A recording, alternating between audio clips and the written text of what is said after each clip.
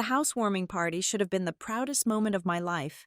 This $2 million mansion was the fruit of 10 years of sleepless nights and absolute independence. Yet, mere hours after I posted the first photos, my phone buzzed with a text from my father demanding the gate code because he needed a key. That was when I realized the cold truth. He did not see a home. He saw his own escape. My name is Leah Gordon, and as I stood on the travertine terrace of my new home, watching the Arizona sun bleed into the red rocks of Sedona, I told myself that the silence was peaceful. It was not. The silence was heavy, filled with the things that were not said and the people who were not there. At 32 years old, I had just hosted the most significant event of my adult life, a housewarming party for a property that cost $2 million. And yet, the only glass that had been raised in a toast to my family name was the one I held in my own hand. The air out here in the high desert was thin and crisp, a stark contrast to the humid, suffocating atmosphere of my childhood home. Behind me, the massive sliding glass doors were open, blurring the line between the expansive living room and the patio. The caterers were packing up the last of the crystal flutes and the silver trays. They moved with the quiet efficiency of people who were used to being invisible around wealth. I had paid them well. I paid everyone well. That was the rule I lived by since I founded Northgate Systems. If you pay for it, you own it. If you own it, no one can take it away from you. Or so I thought. I walked back inside, the heels of my shoes clicking against the polished concrete floors.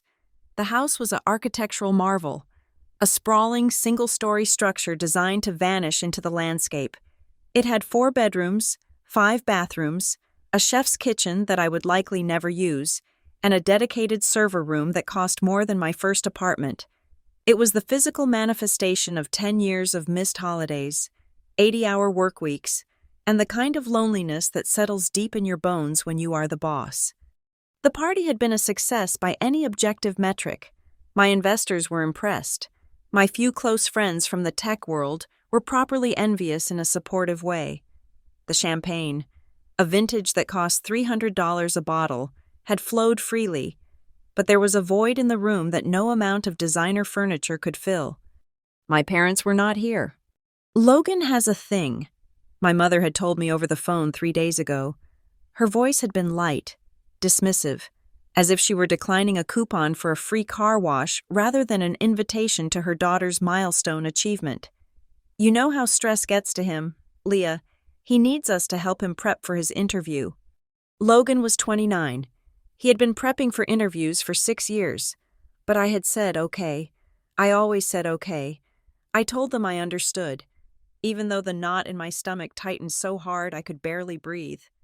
I wandered into the guest wing of the house. This was the part of the mansion I usually avoided. Even though I had only moved in 2 weeks ago, I stopped in the doorway of the master guest suite. It was decorated in soft creams and pale blues. There was a reading nook by the window with a specific type of overstuffed leather armchair. A sudden nauseating realization washed over me. I looked at the walls. They were painted a shade called sandstone beige. It was the exact color my mother had mentioned liking in a magazine 4 years ago. The armchair? It was identical to the one my father always complained he wanted but could never afford. I walked into the bathroom. The tiles were heated. My father had poor circulation in his feet. I had not built this house for me. I had built it for them. Every design choice, every luxury feature, every square foot of this $2 million fortress was a subconscious plea. I had constructed a stage, hoping that if the set was grand enough, my parents would finally show up and play the role of proud parents. I had built a shrine to a relationship that did not exist. I was 32, a CEO, a self-made millionaire, and I was still the little girl trying to get Daddy to look up from his newspaper and Mommy to stop fussing over Logan long enough to see my drawing. I turned away from the empty guest room, feeling foolish. The silence of the house felt less like peace and more like mockery. I pulled my phone out of my clutch. It was time to do the digital equivalent of screaming into the void. During the party, I had taken dozens of photos. Me with the view, the infinity pool reflecting the stars, the caterers pouring wine, A selfie of me looking radiant and successful, hiding the hollow feeling in my chest. I selected 5 of the best images. I crafted a caption that struck the perfect balance between humble and accomplished. New beginnings in Sedona. Grateful for the journey and the view. Northgate HQ2. I hit post. The validation was immediate. Likes and comments started rolling in from acquaintances, former classmates, and employees. Stunning. You made it. Goals? The dopamine hit was quick and shallow, but it was better than nothing. I poured myself another glass of wine, leaning against the quartz island in the kitchen, watching the screen light up. Then, the phone buzzed with a different kind of vibration. It was a text message. The name on the screen made my heart jump, a reflex I hated. Dad. I swiped it open, hoping, pathetic as it was, for a wow or looks beautiful, or maybe even sorry we missed it. The message was 2 sentences. Send the gate code. Dad needs a key. I stared at the screen. I read it again. Send the gate code. Dad needs a key. There was no greeting. There was no congratulation. There was no acknowledgement that I had just purchased a property that cost more than their entire lifetime of earnings combined. It was a demand. It was a transaction. My thumb hovered over the screen. A strange, cold prickle ran down the back of my neck. It wasn't just the rudeness. I was used to his blunt communication style. It was the entitlement. A second text bubbled up immediately after. It looks like a good secure spot. The family home should be secure. The glass of wine in my hand trembled slightly. I set it down on the counter with a sharp clink. The family home. The phrase hung in the air, heavy and suffocating. The family home? This house was in my name. The down payment, 20% in cash, came from my personal savings. The mortgage was signed by Leah Gordon. Not Graham Gordon, not Marjorie Gordon, and certainly not Logan Gordon. I had never once discussed them moving in. I had never implied this was a communal asset. Why did he call it that? I looked around the dark, expansive kitchen. The shadows in the corners suddenly seemed deeper. I felt a sudden, irrational urge to check the locks. I opened the smart home app on my phone. The interface for the security system was state-of-the-art. Northgate Systems had actually written the patch code for the integration. I could see every camera, every sensor. Front gate, locked. Perimeter, secure. I scrolled through the user access logs. I needed to see who had permissions. There was me, obviously. There was the cleaning crew, who had a code that only worked on Thursdays between 9 in the morning and 1 in the afternoon. There was the pool maintenance guy. And then I saw it. A temporary access profile labeled Parents. I frowned, trying to remember. When I had closed on the house a month ago, during the final walkthrough, I had been so excited. I had FaceTimed them. They had been lukewarm, but I had sent them a link to the virtual tour. Had I generated a guest pass then? I must have. I must have created a generic code in a moment of delusional hope that they might surprise me and come help me move in. They never came. The code had sat there, unused. But now, looking at the timestamp on the text message, it was 11:45 at night. The demand felt aggressive. Why did he need the code now? Why did he need a physical key when the house was keyless entry? Bo can Mathieu, he had written, Dad needs a key. Not we would love to visit. Not, can we come stay for a weekend? Needs. I thought about the last time I saw my father. It was 6 months ago. He had been complaining about the neighbors in their suburb, about how the homeowners association was out to get him, about how the fees were too high. He had looked tired, his eyes shifting around the room, never landing on mine. He hadn't asked about my company then, either. He had asked if I had extra liquidity. I had told him no. I lied. I had plenty of liquidity. But I had learned the hard way that money given to my parents evaporated into the black hole of Logan's ventures or my father's bad investments. I looked at the text again.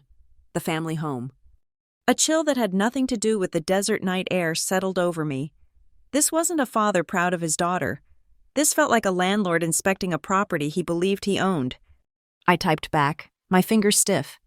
Why do you need a key? Dad? You're in Connecticut. It's midnight there.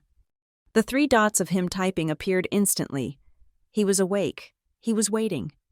Just send it. Don't be difficult. Leah, we need to make sure the property is accessible for us. For us? I looked at the security feed on my phone again. The camera at the front gate showed the long, winding driveway disappearing into the darkness. It was empty, but the feeling of being watched, of being encroached upon, was overwhelming. Something was wrong. My father was a man of habit. He went to bed at 10 o'clock sharp. He didn't text at midnight unless there was a crisis. But if it was a crisis, why talk about keys and gates? Why not say, "We are in trouble"? Unless the trouble required them to have possession of my house. I walked over to the control panel on the wall and tapped the screen. I disabled the parents' temporary access code. Then, I changed the master gate code. My heart was hammering against my ribs. It felt ridiculous. I was a grown woman in a fortress of my own making, but the little girl inside me was terrified. I knew that tone in his text. It was the tone he used when he had decided something was his, and any objection from me was just noise to be ignored. I stared at the family home text one last time. He hadn't seen the photos and thought, "My daughter has done well." He had seen the photos and thought, "There is room for us." I didn't reply to his last message. Instead, I went to the main server room, the brain of the house, and checked the backup logs. If they were planning something, if they were coming here, I needed to know what I was up against. I needed to stop being the daughter who built a guest room for ghosts, and start being the CEO who protected her assets. Because as I stood there in the humming blue light of the server towers, I realized with absolute clarity that my father didn't want to visit. He wanted to invade. The server room was kept at a constant 68 degrees Fahrenheit, a stark, artificial chill that usually helped me focus. Tonight, however, the cold felt like it was seeping out of the monitors and into my bloodstream. I sat in the ergonomic chair, the hum of the cooling fans the only sound in the massive, empty house. I had not replied to my father's last message. Instead, I had opened a new browser window. I needed to stop thinking like a hurt daughter and start thinking like a forensic accountant. My mind drifted back 9 years. I was 23 years old. Sitting in my parents' living room in Connecticut, I had just quit my junior developer job to start Northgate. I had a business plan, a prototype, and $3,000 in my savings account. I needed $5,000 more to pay for the initial server space and legal incorporation fees. I had asked my father for a loan, not a gift, a loan. I had even printed out a repayment schedule with 5% interest. I remembered the look on his face. It was a mix of pity and annoyance. He had told me that they were liquidity constrained. He had said that struggle built character. He had said, "Leah, we just don't have that kind of money lying around for pipe dreams. You need to be realistic." I had believed him. I had eaten instant noodles for 8 months. I had sold my car. I had taken a second job stocking shelves at night. I built my empire on scraps because I thought the family coffers were empty. My fingers hovered over the keyboard. Years ago, my father had asked me to set up a cloud storage system for the family documents. He was terrible with technology and afraid of losing his tax records. I had created a secure, encrypted server partition for them on Northgate's infrastructure. I gave them the passwords, but as the administrator, I retained root access. I had never looked. I respected their privacy. I respected the boundaries they claimed to have. But boundaries were a two-way street, and they had just tried to drive a tank through mine. I typed in my admin credentials. The screen flashed green. Access granted. The folder structure was chaotic, a digital reflection of my father's mind. There were folders named taxes, medical, house, and one simply labeled Logan. I opened the Logan folder first. I expected to find maybe a resume, perhaps some college transcripts.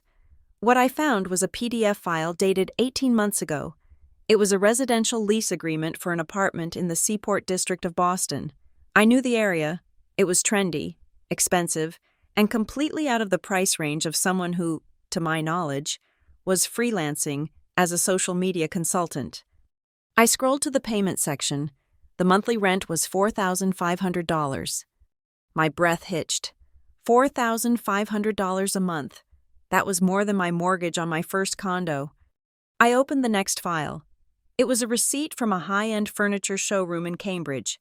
A sectional sofa, Italian leather, $6,200, a dining set, $3,000, a media console, $2,000. The total invoice was over $15,000. The billing address was the Seaport apartment. The payment method was a wire transfer from a joint account ending in 4099. That was my parents' main checking account. I felt a physical blow to my chest. When I was 23, $5,000 was an impossible sum that they could not spare to launch my career. Yet here was $15,000 dropped in a single afternoon, so my brother could watch television in Italian leather comfort. But I needed to be sure. I needed to see the pattern. I opened a second window and pulled up my own banking history. I filtered the search for transfers sent to my parents. There were dozens of them over the last decade. January 12, 2021. Transfer of $3,000. Memo. Dad's car repair. March 4, 2022. Transfer of $5,000.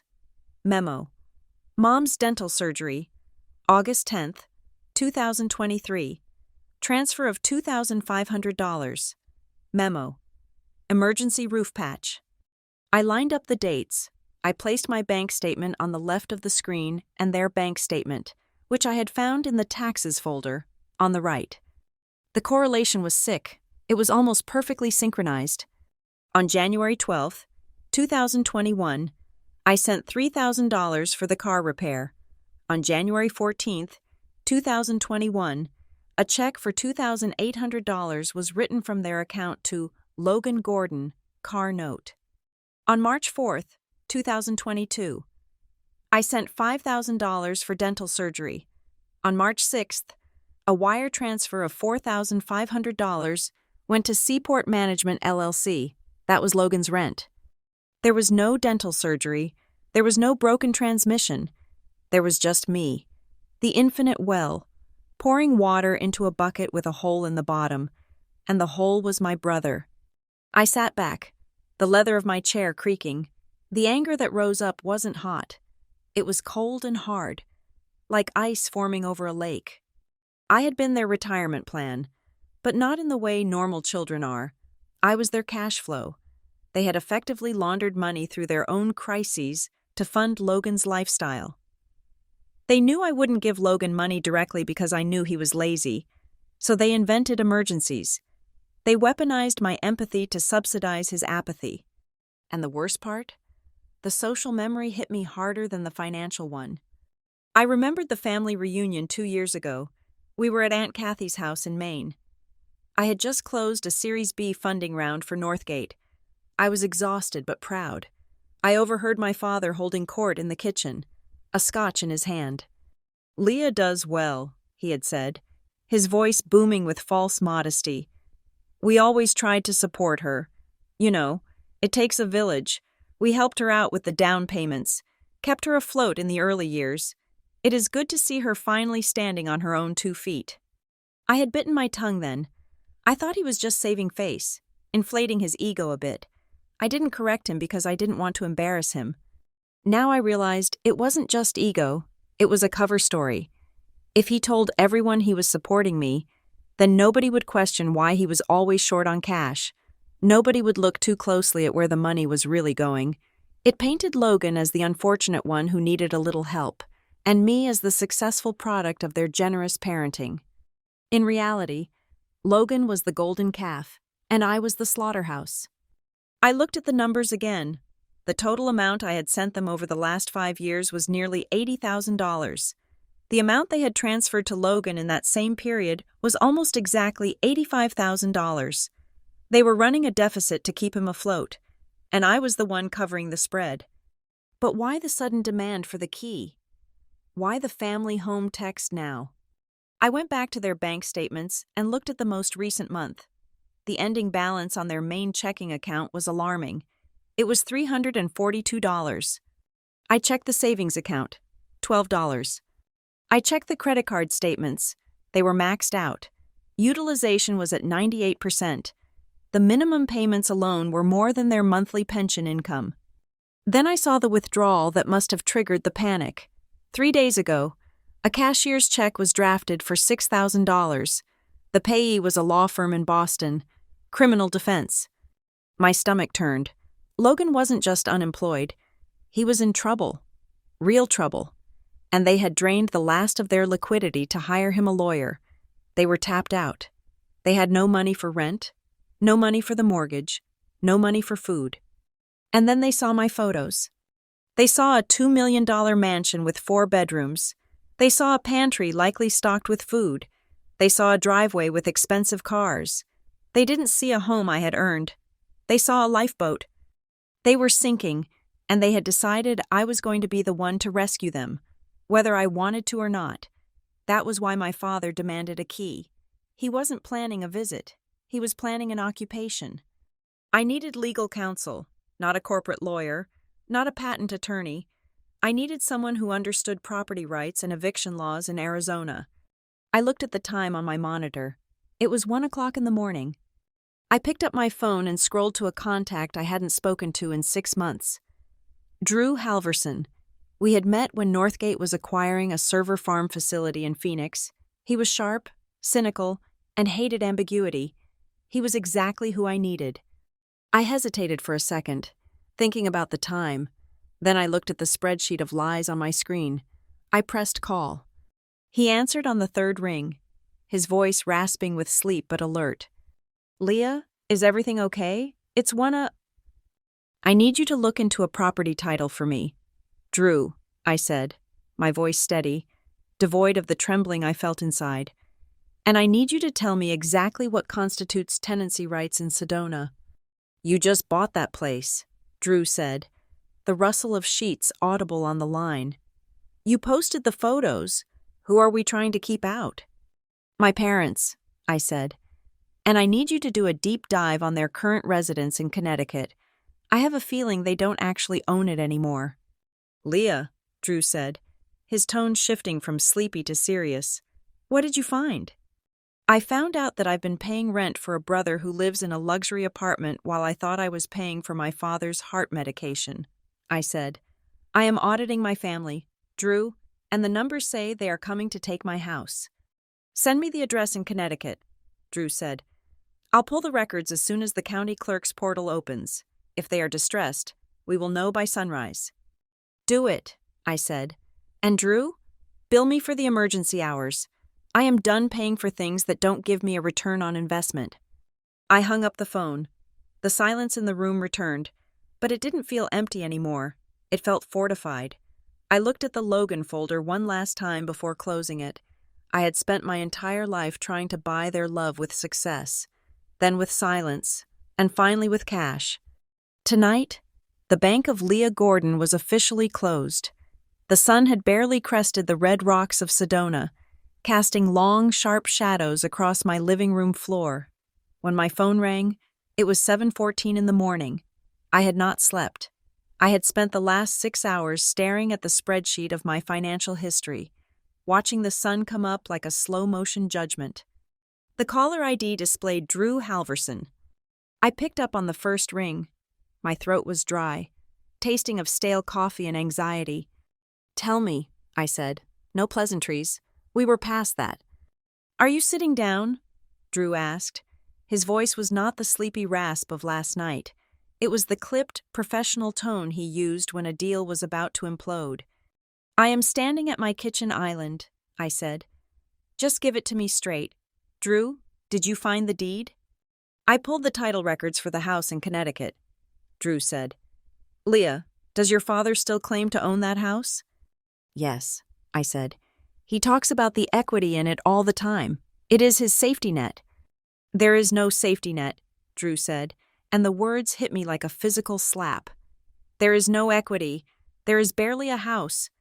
I gripped the cold quartz edge of the counter. "What do you mean?" "I found a second mortgage taken out 3 years ago," Drew continued. "A home equity line of credit with a predatory lender. The interest rate is 12.5%. They drew down the entire amount, $150,000. within 6 months of opening the line. $150,000. The number echoed in my head. That was roughly the same time Logan had started consulting and posting photos of trips to Tulum and Aspen. But they still own it, right? I asked, my voice trembling slightly. Technically, for about another 48 hours, Drew said. Leah, there is a lis pendens filed against the property. That means a foreclosure action is pending. Actually, it is further along than that. I am looking at a notice of auction sale. The bank is taking the house. The auction is scheduled for next Tuesday. I closed my eyes. The silence in my $2 million mansion felt deafening. They weren't just broke. They were homeless. They aren't paying the mortgage, Drew said, his voice ruthless in its clarity. They haven't paid it in 9 months. They haven't paid property taxes in 2 years. They are underwater. Leah, they are drowning, and they have already stopped swimming. So they need a place to stay, I whispered. That is why he called it the family home. He wants to move in. No, Drew corrected me sharply. He doesn't want to move in. He wants to take possession. There is a difference. What is the difference? I asked. If they were coming for a visit, they would have booked a return ticket, Drew said. If they were coming for a visit, they would have asked if the dates worked for you. They are not visiting. Leah, they are fleeing. They are evacuating a disaster zone of their own making, and they have identified your house as their refugee camp. And you need to understand something very important about Arizona law right now. I walked over to the window, looking out at the winding driveway that snaked up the hill to my property. I am listening. If you let them in, Drew said, pacing his words so I couldn't miss a syllable. If you give them a key, or a gate code, or even let them sleep on that couch for a single night with their belongings, they can establish residency. It is called tenancy at will. Once they are in, you cannot just kick them out. You have to evict them. That requires a court order. It takes months, sometimes years. If they claim hardship or elder abuse, I choked out a laugh. They are the ones abusing me. The law does not care about your feelings. Leah, Drew said, the law cares about who has possession of the dwelling, if they move their furniture in, if they receive mail there, if they spend the night. They are tenants, and considering their financial state, they will never leave. You will be living in a hostel run by your father, paying for everything, while they drain you dry. Is that what you want? No, I said. The word came out hard. No. Then you cannot open that gate, Drew said. I don't care what they say. I don't care if they cry. I don't care if they say they are dying. If you open that gate, you lose your house. Beep! A notification popped up on the iPad mounted on the wall next to the fridge. It was a motion alert from the perimeter security cameras. Motion detected. Front gate. 1 vehicle. My heart hammered against my ribs like a trapped bird. I walked over to the screen. The high-definition feed showed a silver sedan idling at the massive iron gates at the bottom of my driveway. It was an older model, dusty and battered, clearly having been driven across the country. But it was what was strapped to the roof that made my blood run cold. There was a cargo carrier, the hardshell kind, bulging at the seams, and inside the car, visible through the windshield because the morning sun was hitting it directly, the back seat was packed floor to ceiling, boxes, suitcases, garbage bags stuffed with clothes. A lampshade was wedged against the rear window. They hadn't packed for a weekend. They hadn't packed for a holiday. They had packed their lives. Leah? Drew asked on the phone. Are you still there? They are here, I said, my voice sounding distant to my own ears. They are at the gate.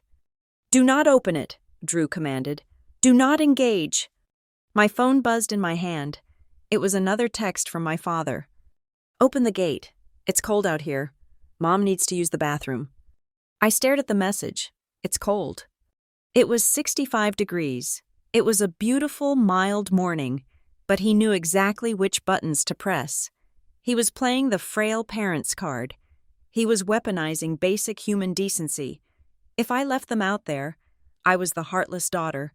I was the monster who let her mother suffer. But then I looked back at the screen. I zoomed in on the passenger seat. My mother wasn't looking at the gate with longing or affection.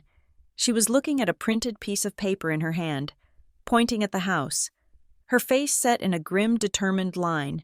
She looked like a general surveying a battlefield she intended to conquer. And in the driver's seat, my father wasn't shivering. He was leaning out the window, punching numbers into the keypad. He was trying the old birthday codes. My birthday. Logan's birthday. His anniversary. He looked angry, not desperate, entitled. "Leah," Drew said, his voice cutting through my paralysis. "If they get in, you will never get them out. They have nothing left to lose. People with nothing left to lose are the most dangerous people on earth." I looked at the text again. Open the gate.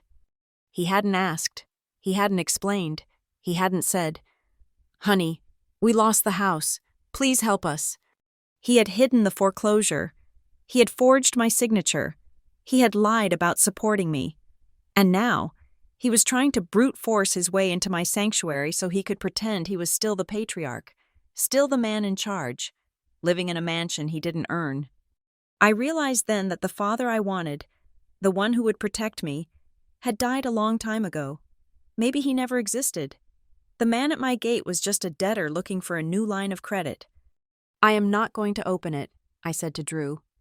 "Good," Drew said. "I am drafting a formal notice of non-residency and a cease and desist. I can have a process server there in 2 hours, but you have to hold the line until then." "I will handle it," I said. "Leah," Drew added, his voice softer, "this is going to get ugly. They are going to scream. They are going to make a scene." "Let them," I said, and I was surprised to find that I meant it. "This is private property, and trespassers will be prosecuted." I hung up the phone. I walked to the intercom panel. My hand hovered over the talk button.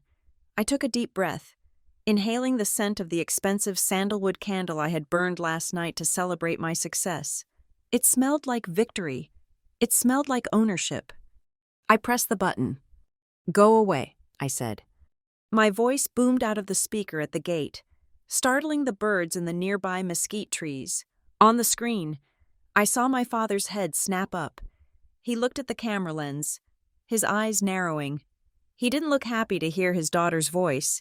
He looked like a thief who had just triggered a silent alarm. "Leah?" His voice crackled back, distorted by the speaker but unmistakably commanding. "The code isn't working. The system is glitching. Open the gate. We have been driving for 3 days." "I know," I said. "I can see the car. Dad, I can see the boxes." "We brought you some of your old things," he lied smoothly. "Just souvenirs. Open the gate. Leah, don't be dramatic." "Turn around," I said. "You aren't coming in." "Excuse me?" He sounded genuinely baffled, as if the concept of being denied access to me was a foreign language. "Leah, stop playing games. Your mother is tired. We are staying for a few weeks while the house is being renovated." Renovated. The lie slid off his tongue so easily. The house wasn't being renovated. It was being auctioned off to pay for the debts he racked up funding Logan's lifestyle. "I know about the foreclosure, Dad," I said. The silence that followed was absolute. On the screen, I saw his face drain of color, then flush with a sudden, violent shade of red. The mask of the weary traveler slipped, revealing the desperate, cornered man beneath. "Open this gate," he roared, abandoning the pretense. "I am your father. You owe me this. You ungrateful little—" I cut the audio feed. I didn't need to hear the rest. I knew the script. I had memorized it over 32 years of guilt trips and subtle manipulations. But today, the script had changed. Today, I wasn't the actress in their play. I was the director of my own. I turned back to the iPad and tapped the security settings. I engaged the lockdown mode. The heavy iron bolts on the gate audibly clanked into place, a sound that resonated all the way up the driveway. I was done being the daughter. It was time to be the landlord. I hesitated for a moment, my finger hovering over the listen-only button on the console. I had cut the audio feed to stop his screaming, to give myself a moment to breathe. But silence was a tactical error. Knowledge was power, and right now, the only source of intelligence I had was the conversation happening inside that silver sedan at the bottom of my driveway. I pressed the button that activated the directional microphone without opening the two-way channel. The audio crackled to life, filtering out the low hum of the desert wind and isolating the voices inside the car. "She is bluffing, Graham." My mother's voice came through. It sounded thin and reedy, laced with a panic she had been hiding when she thought I was watching. "She locked the gate. She actually locked it." "She is just having a tantrum," my father's voice replied. It was deep, dismissive, the tone he always used when I expressed an opinion he didn't like. "Give it 10 minutes. She will cool down. She always does. Leah cannot stand it when we are upset with her. She is weak like that." I gripped the edge of the console so hard my knuckles turned white. "She is weak like that." "But the car is packed, Graham," my mother whispered. "If she sees the boxes, if she sees the toaster oven—" "She won't notice," he snapped. "She is too self-absorbed with her new money and her big house to notice details. We just tell her we brought some gifts. We tell her the renovation in Connecticut is extensive. Once we are inside, once we have a bedroom, it is over. She won't kick us out. She doesn't have the stomach for it." I felt a coldness spread through my chest that had nothing to do with the air conditioning. It was the absolute, clinical detachment with which they discussed manipulating me. They were not talking about a daughter. They were talking about a security system they needed to bypass. They were banking on my trauma, betting on my childhood need for validation to open the doors to my castle. I looked at the high-definition monitor. The camera angle shifted slightly as the wind moved the housing. I zoomed in on the back seat of their car. My mother was right to be worried. It wasn't just suitcases. Through the rear window, pressed against the glass, I saw a standing lamp with the shade removed. I saw a stack of plastic storage bins labeled winter clothes and kitchen mist. I saw what looked like a framed painting of our old house wrapped in bubble wrap. You do not bring a standing lamp to a housewarming party. You do not bring winter clothes to Arizona in the spring unless you plan to stay until winter comes. This was an invasion force disguised as a family visit. I took a deep breath. Steeling myself, I pressed the talk button again, reopening the line. "I can hear you," I said. My voice was calm, almost unrecognizable to my own ears. The movement in the car was instantaneous. My father jumped in the driver's seat. "Leah," he said, his voice instantly switching back to the jovial, slightly authoritative patriarch setting. "Don't be ridiculous. We are just discussing how much we missed you. Now, open the gate. The sun is getting high, and your mother needs water." "I asked you a question before I cut the feed," I said, "and I want a real answer. Why did you bring a toaster oven to a vacation?" Silence stretched over the line. "And the winter clothes," I continued, relentless. "And the lamp, and the painting from the hallway. I can see them. Dad, the camera has 4 times zoom. You aren't here for a week. You aren't here for a month." "We brought you gifts," he shouted, but the crack in his voice betrayed him. "You brought me your furniture because you have nowhere else to put it," I said. "I know about the auction next Tuesday. I know the bank took the house." "That is a lie," he spat out. "Who told you that? Did Logan talk to you? That boy doesn't know what he's talking about. It is a clerical error, a banking mistake. We are straightening it out." "It is not a mistake," I said. "I saw the filing. I saw the debt. You haven't paid the mortgage in 9 months." "So what?" he exploded. The facade crumbled completely. "So what if we hit a rough patch? That is what family is for. We carried you for 18 years. We put clothes on your back. We put food in your mouth. We sacrificed everything so you could sit in that ivory tower and judge us." "You didn't carry me," I said. "I have been carrying this family since I was 22. I paid for the car you are sitting in. I paid for the roof that you just lost." "How dare you?" he hissed. "You ungrateful child. After everything we did, we gave you life. We supported your little computer hobby when everyone said you should get a real job. And now, when your parents are in a tight spot, you leave us out in the desert like stray dogs?" "I am not leaving you like stray dogs," I said. I am refusing to let you turn my home into your next failed asset.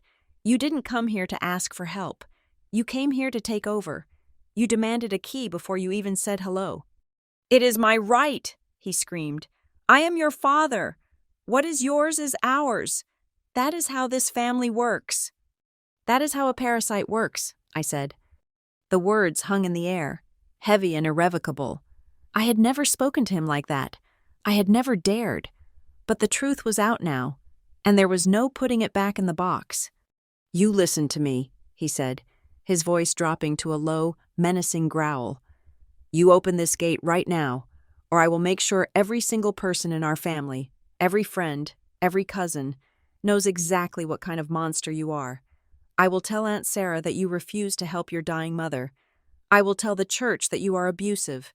I will destroy your reputation. Leah, you know I can do it. I can write a narrative so compelling you won't show your face at Thanksgiving for a decade. Go ahead, I said. What? He sounded stunned. Go ahead, I repeated. Call Aunt Sarah. Call the church. Post it on Facebook. Because the minute you do, I will post the bank statements. I will post the foreclosure notice. I will post the receipts of the $80,000 I sent you while you were paying for Logan's luxury apartment in Boston. You wouldn't, he whispered. Try me, I said. You rely on my silence to maintain your image. Dad, you rely on me being the good daughter who keeps the family secrets, but I resigned from that position last night. I looked down at my phone. A message from Drew had popped up. Notice of no trespass and cease and desist is drafted. I am emailing it to you now. Forward it to their phones. It makes it official. I tapped the screen. Opening the document, it was cold, legal, and precise. It stated clearly that Graham and Marjorie Gordon were not tenants, had no license to enter the property, and that any attempt to breach the perimeter would be met with law enforcement. I forwarded the document to both of their email addresses and texted the link to my father's phone. Check your phone, I said into the intercom. I don't want to check my phone, he shouted. I want to come inside. It is a legal notice, I said. It states that you are trespassing on private property. If that car does not turn around in 5 minutes, I am calling the sheriff's department. You would arrest your own father? He asked, incredulous. I would arrest a trespasser who is threatening me, I corrected. The choice is yours. You can turn around, drive into town, and check into a motel like a normal visitor, and maybe, we can talk over coffee in a public place tomorrow. But you are not sleeping here. Not tonight. Not ever. You are cold. My mother's voice came through again. She was crying now. Loud.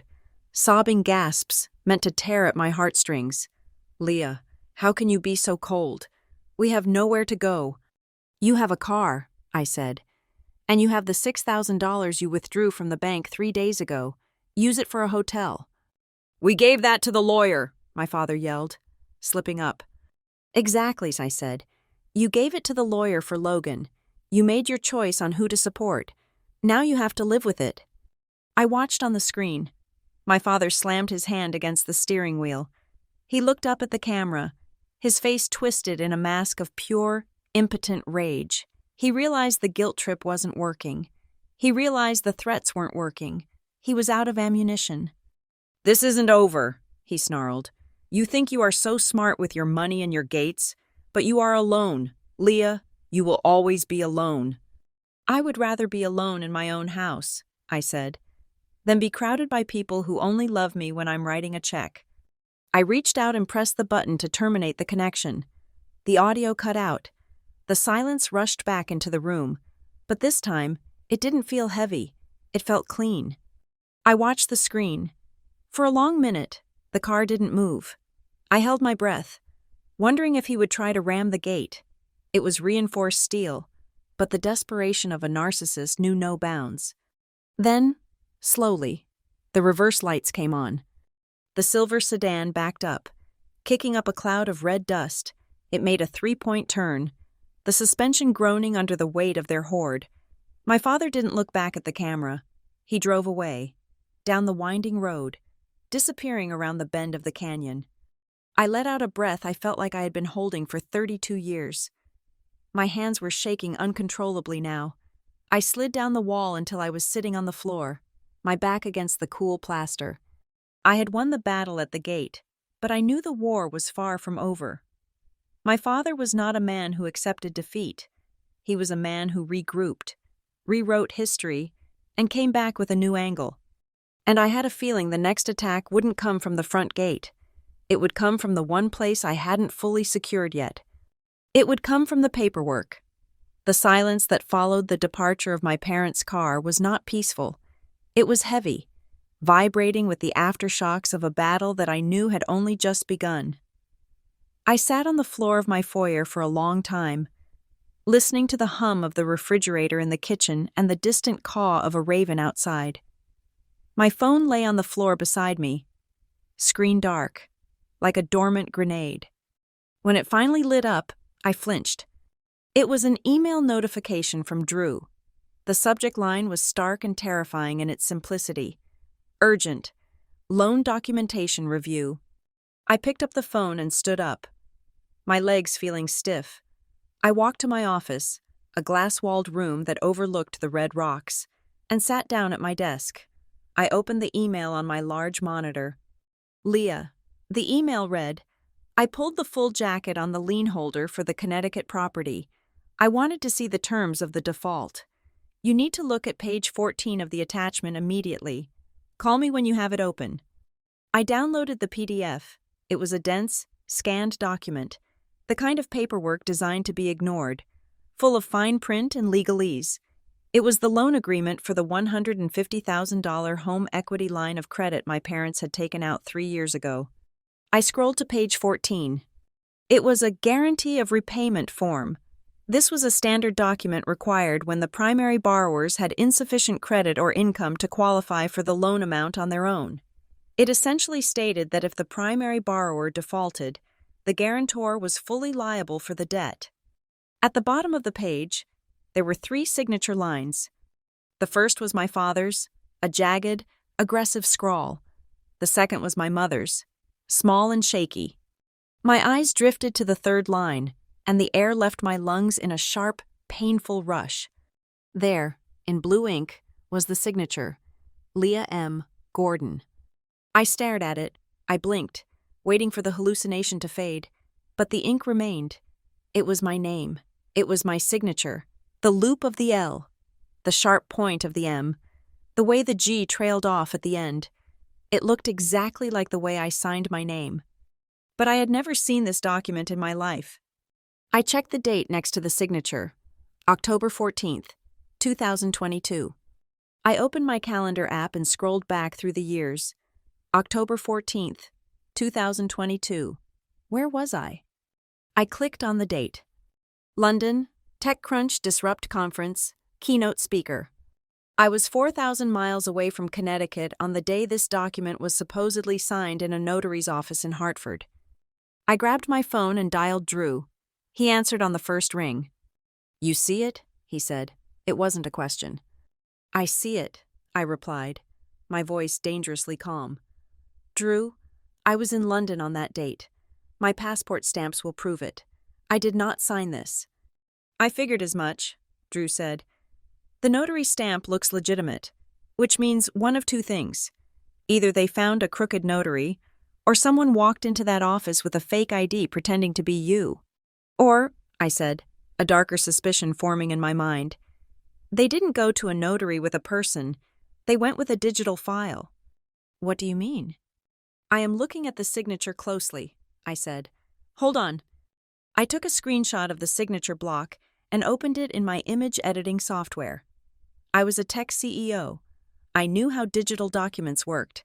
I zoomed in until the signature broke down into pixels. It is pixelated, I said, leaning closer to the screen. The rest of the document is a clean vector scan. The text is sharp, but the signature, it has compression artifacts around the edges. It is fuzzy. It wasn't written on the paper. It was pasted onto the digital file before it was printed. A cut-and-paste job, Drew said, letting out a low whistle. That is clumsy, but effective if the loan officer isn't paying attention. Where did they get it? I asked, mostly to myself. It looks so much like mine. I minimized the loan document and opened my cloud drive, the one I shared with them for family emergencies. I searched for documents I had signed around that time. There was a folder labeled Mom Medical. I remembered it now, back in late 2022. My mother had a scare. She claimed she needed a minor surgery and wanted me to have medical power of attorney just in case something went wrong. She had sent me the forms. I had been busy, preparing for the London trip, so I had signed them digitally on my tablet and emailed them back. I opened that medical proxy form. I zoomed in on the signature. I placed it side by side with the signature on the loan guarantee. They were identical. Not just similar, identical. No person signs their name the exact same way twice. There are always microscopic variations in pressure, angle, and spacing. But these two signatures overlaid perfectly. Every curve, every pixel matched. They lifted it, I said, my voice turning to ice. They took the signature from the medical proxy form I sent them for Mom's surgery. They cropped it out, pasted it onto the loan guarantee, and submitted it to the bank. Leah, Drew said, his voice grave. You understand what this is, right? This isn't just a family dispute anymore. This isn't just a civil matter. It is fraud, I said. It is bank fraud, Drew corrected. It is identity theft. It is forgery. These are federal felonies. They used your identity to secure $150,000 that they had no intention of paying back, and they set you up as the fall guy. I sat back in my chair. The betrayal was so absolute it was almost numbing. This wasn't just my father being entitled. This was my father looking at me not as a daughter, but as a resource to be harvested. He stole my name. He stole my credit. He risked my entire financial future to buy himself a few more years of pretending to be rich. If the bank forecloses and the sale doesn't cover the debt, Drew continued, they will come after the guarantor. They will come after you. They will garnish your wages. They will put a lien on your new house. That is why he wanted the key. Leah, if he is living in your house, it makes it much harder for you to claim you are estranged and unaware of his financial dealings. He was trying to blur the lines so that when the bank came calling, you would be too entangled to fight back. The logic was twisted, but it made perfect sense. He wasn't just looking for a place to sleep. He was looking for a way to legitimize the fraud he had already committed. What do I do? I asked. We need to get ahead of this, Drew said. We need to file an affidavit of forgery with the lender immediately. We need to file a police report. A police report, I repeated, against my parents. If you don't, Drew said, the bank will assume you were complicit. If you don't report the fraud, you are accepting the debt. You have to choose. Leah, is it your money and your reputation, or is it their freedom? Because you cannot save both. I looked at the pixelated signature on my screen. I looked at the medical form, a document born out of my concern for my mother's health, weaponized to destroy me. Draft the affidavit, I said. I will sign it, for real this time. And the police report? Drew asked gently. I need to give them one chance to explain, I said. Not because they deserve it, but because I need to hear them admit it. I need to know they know that I know. Be careful, Drew warned. Don't tip your hand too much. Just get them to confirm they sent the document. That is admission. I will handle it, I said. I hung up. I spent the next hour meticulously organizing the evidence. I saved the metadata from the medical form showing when I created it. I saved the travel itinerary for London, showing I was out of the country. I created a visual overlay of the two signatures proving they were digital clones. I saved everything to 3 different secure servers and an encrypted external drive. Then, I picked up my phone. I didn't call. I needed a written record. I opened the text thread with my father. The last message was his angry threat about destroying my reputation. I typed carefully. Dad, I'm looking at a document from the bank.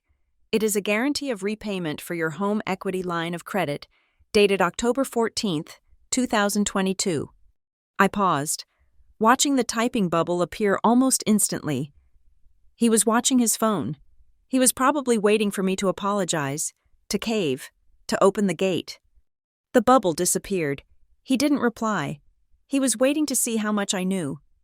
I attached the image of the two signatures side by side, the one from the medical form and the one from the loan. I know you copied my signature from Mom's medical proxy form. I typed, I was in London that day. I have the flight records. I have the forensic proof that this image was pasted. The silence stretched for a full minute. I could imagine the panic inside that car as they drove away, or wherever they had pulled over. They thought they had buried this. They thought the bank would just take the house and I would quietly pay the difference to avoid a fuss. Or maybe they thought I would never find out until it was too late. Finally, a reply came. It wasn't from my father. It was from Logan. Leah, you are overreacting. Dad just did what he had to do to save the house. He knew you would have signed it if you weren't busy in London. He was just helping you help the family. My jaw dropped. Helping me help the family. The mental gymnastics required to type that sentence were staggering. They had convinced themselves that forging my signature was a favor to me, relieving me of the burden of having to actually agree to it. I took a screenshot of Logan's text immediately. That was it. That was the admission. He knew you would have signed it. That proved intent. That proved knowledge. I typed back one final message to the group chat including Dad, Mom, and Logan. I never agreed to this. This is a federal crime. I am filing an affidavit of forgery with the bank in 1 hour. If you want to avoid the police being involved, you will tell the bank the truth yourselves before I do. I put the phone down. My hands were no longer shaking. A cold, hard resolve had settled in my gut. They had stolen my name. They had stolen my trust. And now, they had handed me the very weapon I needed to sever the cord forever. I wasn't just checking their math anymore. I was building a case. I agreed to meet Logan at a coffee shop in West Sedona, a place with industrial chic decor and $6 lattes that I knew he would appreciate. He had texted me 20 minutes after my threat to the group chat, asking to talk person to person without Mom and Dad. I suspected he thought he could charm me. He had always been the charming one, the one who could smile his way out of a broken window or a failed class. I arrived 10 minutes early. I chose a table in the corner, away from the espresso machines but visible to the security cameras. I placed my phone face down on the table, the voice memo app already recording. The red waveform bar pulsed silently, waiting for his voice. When Logan walked in, he didn't look like a man whose family was in the middle of a financial collapse. He was wearing a designer bomber jacket that I was 90% sure I had unknowingly paid for via one of my emergency transfers to Dad last year. He had sunglasses perched on his head and that easy loping walk of someone who has never truly had to run for his life. He spotted me, smiled a half smile that didn't reach his eyes, and slid into the chair opposite me. "Hey, sis," he said, leaning back. "You look tired. Rough night?" "You could say that," I said, keeping my hands folded on the table. "Dad tried to break into my house." Logan waved a hand dismissively. "Oh, come on. Break in is a strong word. He just wanted to park the car inside the gate. You know how he gets about security. He was worried about the stuff on the roof rack." "He demanded a key, Logan," I said. "He brought a moving van's worth of furniture. He wasn't parking. He was moving in." "So what if he was?" Logan asked. He picked up the menu, scanning it casually. "They are your parents. They are in a tight spot. You have this massive place with, 4 bedrooms? You are one person. It is not like you use the space. I don't get why you are being such a hard-ass about a set of keys." The casual entitlement in his voice was breathtaking. He spoke about my property rights as if they were a suggestion, a minor inconvenience to his comfort. "I am not talking about the keys right now," I said. "I am talking about the document I sent to the group chat." Logan sighed, putting the menu down. He looked annoyed, like I was a teacher nagging him about late homework. "The loan thing? Seriously. Leah, you are going to blow up the family over some paperwork from 3 years ago?" "It is not paperwork," I said, my voice low and steady. "It is a felony. It is a guarantee of repayment for $150,000, a debt that is now in default, a debt that the bank thinks is mine. It is not yours, Logan said, rolling his eyes. It is Dad's loan. You are just the backup. It is a formality. I never signed it, I said. We know that, Logan said. I froze. What did you say? Logan leaned forward, lowering his voice, his expression shifting to one of conspiratorial intimacy. Look, Leah, Dad was stressed. The bank was breathing down his neck. He needed to close the line of credit to pay off some other stuff, mostly medical bills for Mom. I think he called me in a panic. He said you had agreed to co-sign, but you were in London, and the time difference was a mess, and the deadline was 5 o'clock. I never agreed, I said. He never even asked me. Logan shrugged. Well, that is not what he told me. He said, Leah is on board, but we can't get the physical signature in time. He asked if I could help. Help how? I pressed. I needed him to say it. I needed the mechanics of the crime. I just pulled your signature from that PDF you sent for the surgery proxy, Logan said. He said it with the pride of someone explaining a clever life hack. I used that editing software you bought me a subscription for, remember? You said you wanted me to develop my graphic design skills. So, I took the signature, cleaned up the background transparency, and dropped it onto the signature line of the bank form. I matched the ink color code and everything. It looked perfect. The bank officer didn't even blink. I felt sick. I had bought him the software. I had encouraged his career, and he had used those tools to frame me. You forged my signature, I said. You physically altered the document. I facilitated a transaction that Dad said was approved, Logan corrected, looking offended. I was helping. Do you have any idea how much stress they were under? You were off jet-setting in London, giving speeches, living the high life. You didn't see them at the kitchen table, worrying about bills. I was there. I was the one making them tea. I was the one trying to fix it. You were the one spending the money, I snapped, my composure cracking. I saw the records. Logan, I saw the rent in Boston, $4,500 a month. I saw the furniture. I saw the trips. That $150,000 didn't go to Mom's medical bills. It went to you. Logan's face hardened. I am building a brand. Leah, you don't understand how this industry works. You have to look the part to get the clients. It is an investment. It is theft, I said. And you used my name to bankroll it. You have plenty of money, Logan hissed, his voice rising. People at the next table glanced over. Look at you. You buy a $2 million house just to show off. You have stock options. You have liquidity. What is 150 grand to you? It is a rounding error. But for us, for me, it is survival. Dad knew you wouldn't miss it if things went south. He was protecting you from the hassle of actually having to wire the money. Protecting me? I stared at him. He set me up to be sued by a bank. He thought he could pay it back before you noticed, Logan said. The plan was to flip the house in Connecticut when the market peaked, but then the market cooled, and the interest rates jumped, and well, here we are. Here we are, I repeated, with you admitting to forgery. Stop using that word, Logan said, looking nervous for the first time. It was a family arrangement, implicit consent. You are the rich sister. It is your job to help. That is the rule. That is not a rule, I said. That is a parasitic delusion. I looked at my brother, really looked at him, for years. I had resented him, but I had also pitied him. I thought he was just weak, a failure to launch who needed support. I realize now that he was something much more dangerous. He was a man who believed the world owed him a living, and that I was simply the bank teller who was being too difficult about dispensing his funds. But I also saw the strings. I heard Dad's voice in Logan's words. Implicit consent. Family arrangement. Dad had groomed him for this.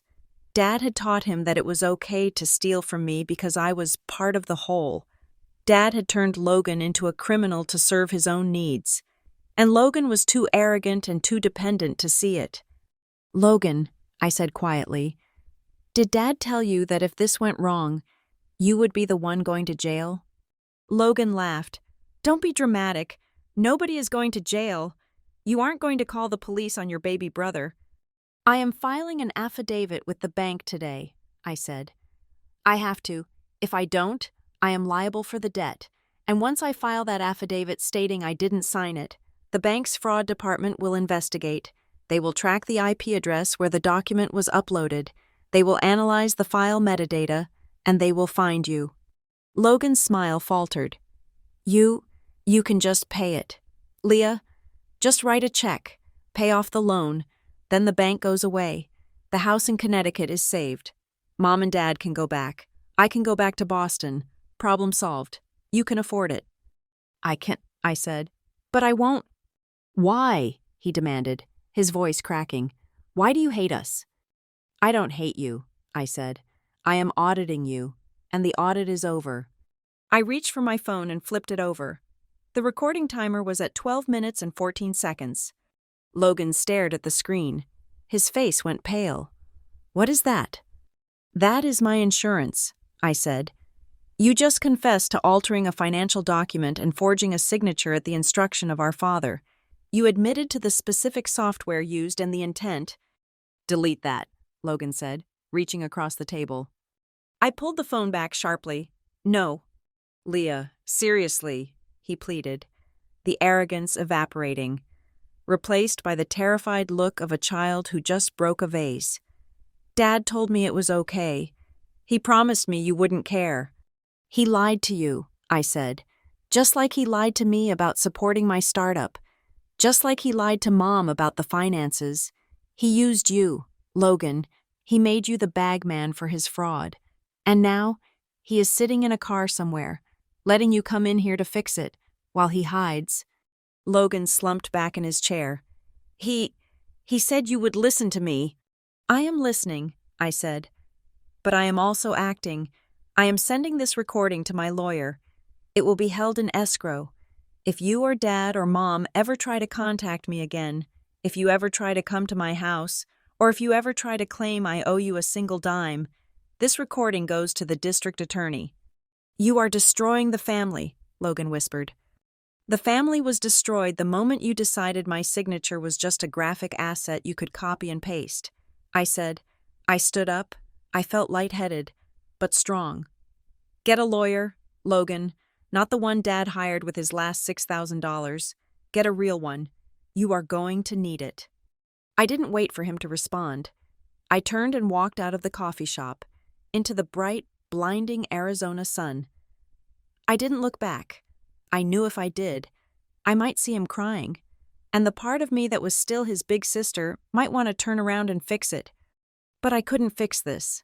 I couldn't fix people who broke me to build themselves. I got into my car and locked the doors. I forwarded the audio file to Drew. Then, I drove back to the mansion that was no longer a stage for their approval, but a fortress for my solitude.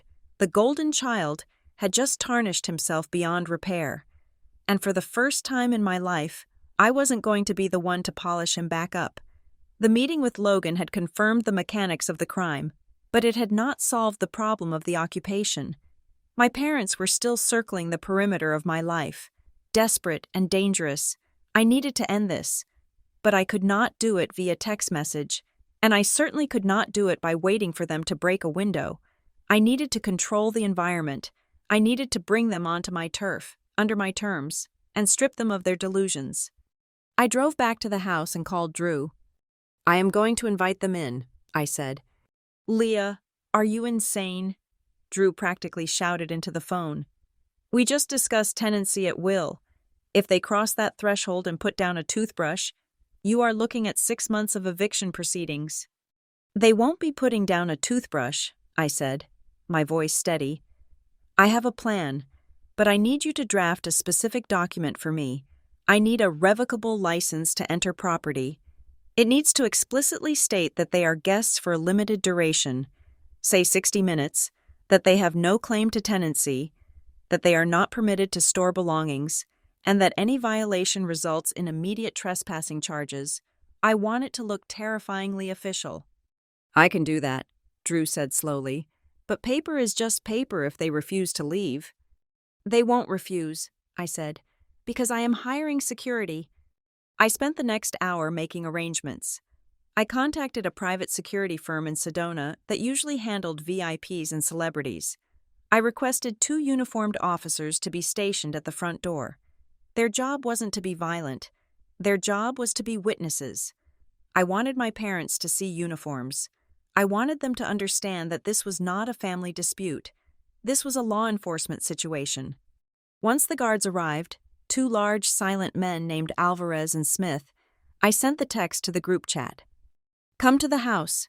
You have 1 hour to explain yourselves before I file the police report. This is a one-time offer. I waited. 30 minutes later, the silver sedan rolled up the driveway. I had left the main gate open for them, a calculated risk. I wanted them to feel a false sense of victory, to think that maybe I was cracking. I stood in the massive double-door entryway of the mansion. I was wearing a sharp black blazer and trousers, the same outfit I wore to board meetings when I had to fire someone. Behind me, the foyer was empty. I had cleared away the decorative vases. The space looked like a tribunal. Alvarez and Smith stood on either side of the entrance, arms crossed, sunglasses on even though they were in the shade of the overhang. The car stopped. My father got out first. He looked haggard, his shirt wrinkled, but his eyes lit up when he saw the open door. He didn't look at me. He looked at the house. He looked at the prize. He opened the back door and pulled out a large suitcase. Then he grabbed a garment bag. My mother got out of the passenger side, clutching her purse and a small travel cosmetic case. She looked fearful, her eyes darting between the security guards. They walked up the stone path. My father was dragging the suitcase, the wheels clattering loudly in the quiet afternoon. Leave the bags in the car, I said. My voice was projected, firm, bouncing off the stone walls. My father stopped at the bottom of the steps. He looked up at me, then at the guards. He tried a smile, but it looked like a grimace. Leah, honey, he said, don't be silly. We can't leave our things in the heat. It is over 90 degrees. The meeting is inside, I said. The luggage stays outside. You are here to talk, not to move in. If that suitcase crosses the threshold, the meeting is canceled and Officer Alvarez escorts you off the property. My father's knuckles turned white on the handle of the suitcase. He looked at the open door, then at the formidable bulk of the guards. He calculated the odds and realized he couldn't physically force his way past them. Fine, he spat. He shoved the suitcase back toward the car, leaving it standing upright on the driveway. Marjorie, leave the bag. My mother hesitated, then set her case down on the pavement. They walked up the steps. As they reached the door, I held out a clipboard. Sign this, I said. What is this? My father asked, squinting at the paper. It is a legal acknowledgement that you are guests for a duration of no more than 1 hour. I explained. It states that you do not reside here, have no claim to reside here, and agree to vacate the premises immediately upon request. If you don't sign, you don't come in. This is ridiculous, my father said, his face reddening.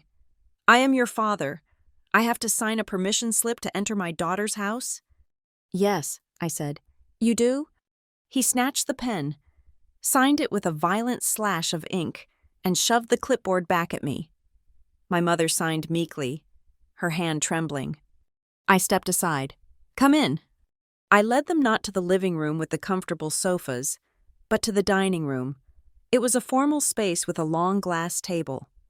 I sat at the head. I gestured for them to sit at the far end. I did not offer them water. I did not offer them coffee. I spoke to Logan, I began, placing my phone on the table. My mother flinched. My father stiffened. He told me everything, I continued. He told me about the software. He told me about the copy-paste job. He told me that you, Dad, instructed him to do it because you needed the money to cover the fact that you were insolvent. Logan is a child, my father said quickly, his voice defensive. He gets confused. He doesn't understand high finance. He understands forgery, I said. And so do I. And so does the bank. You haven't gone to the bank yet, my father said. It was a statement, but it carried a question. He was testing to see if the axe had already fallen. "I have the affidavit drafted," I said. "I haven't filed it yet. I wanted to give you this one chance to explain why you thought it was acceptable to commit a felony in my name." My father leaned forward. He placed his hands on the glass table. He decided to switch tactics.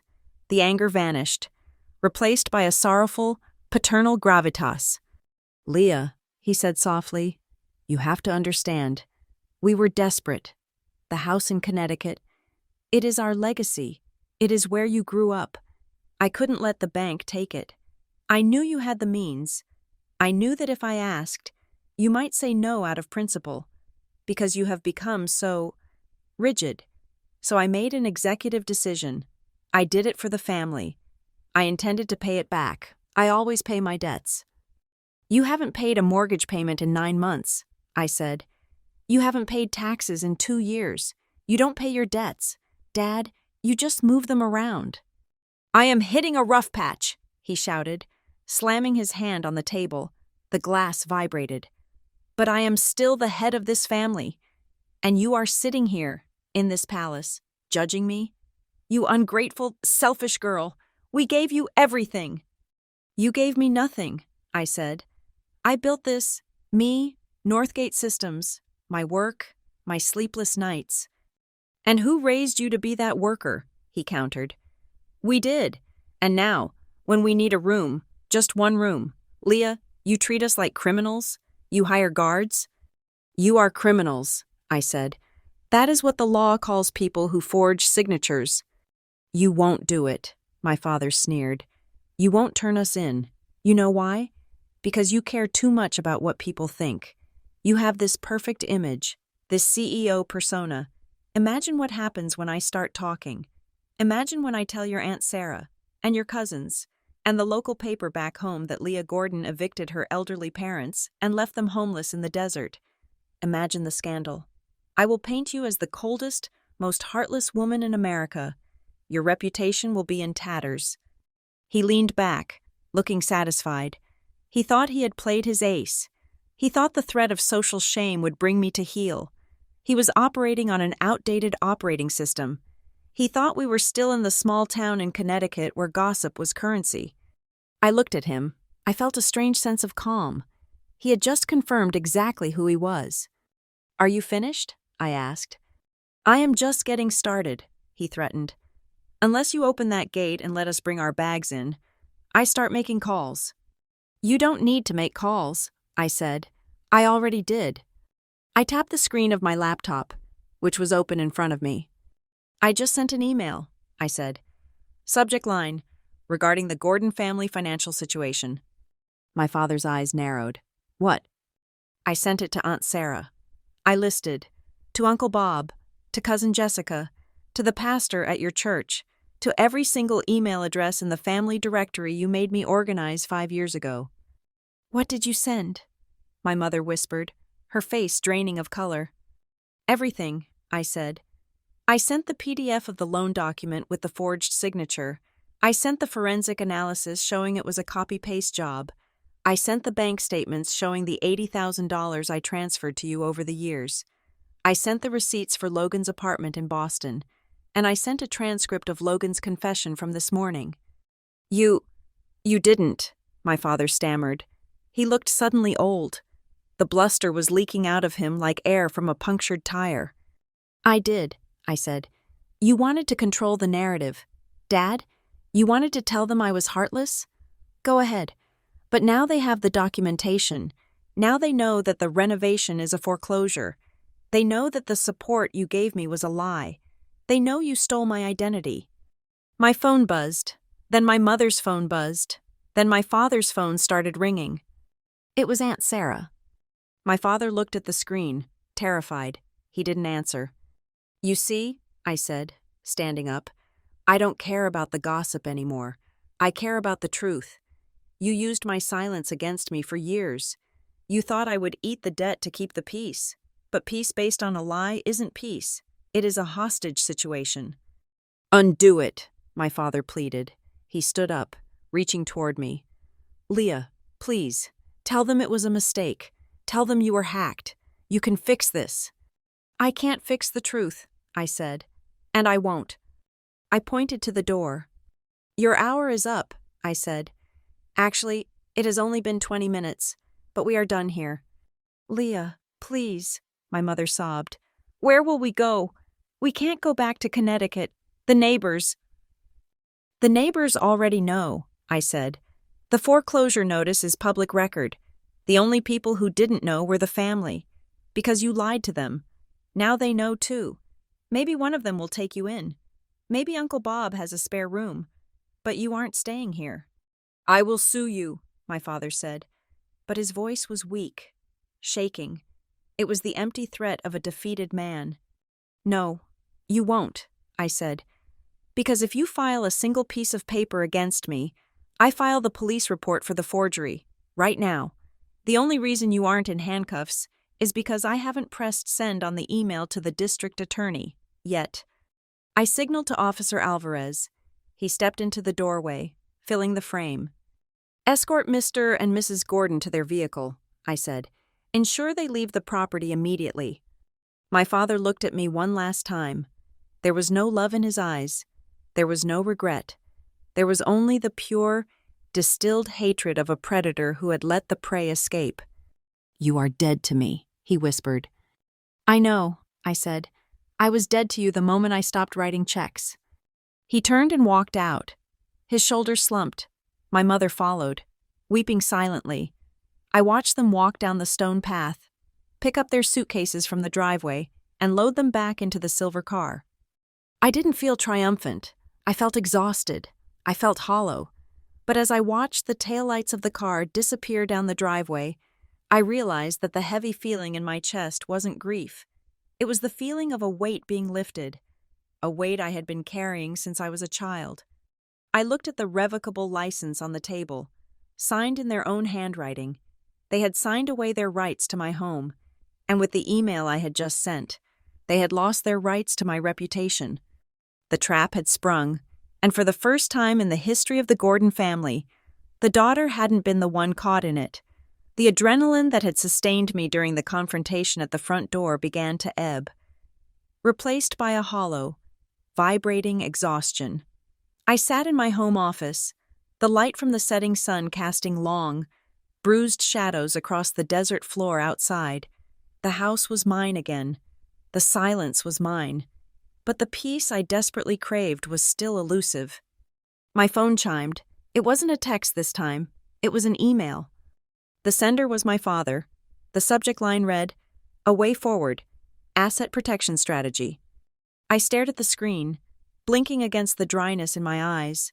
Only Graham Gordon could be evicted from his daughter's property, exposed as a fraud to his entire extended family, and then sit down to draft a business proposal as if we were negotiating a merger rather than the wreckage of our relationship. I opened the email. Leah. It began.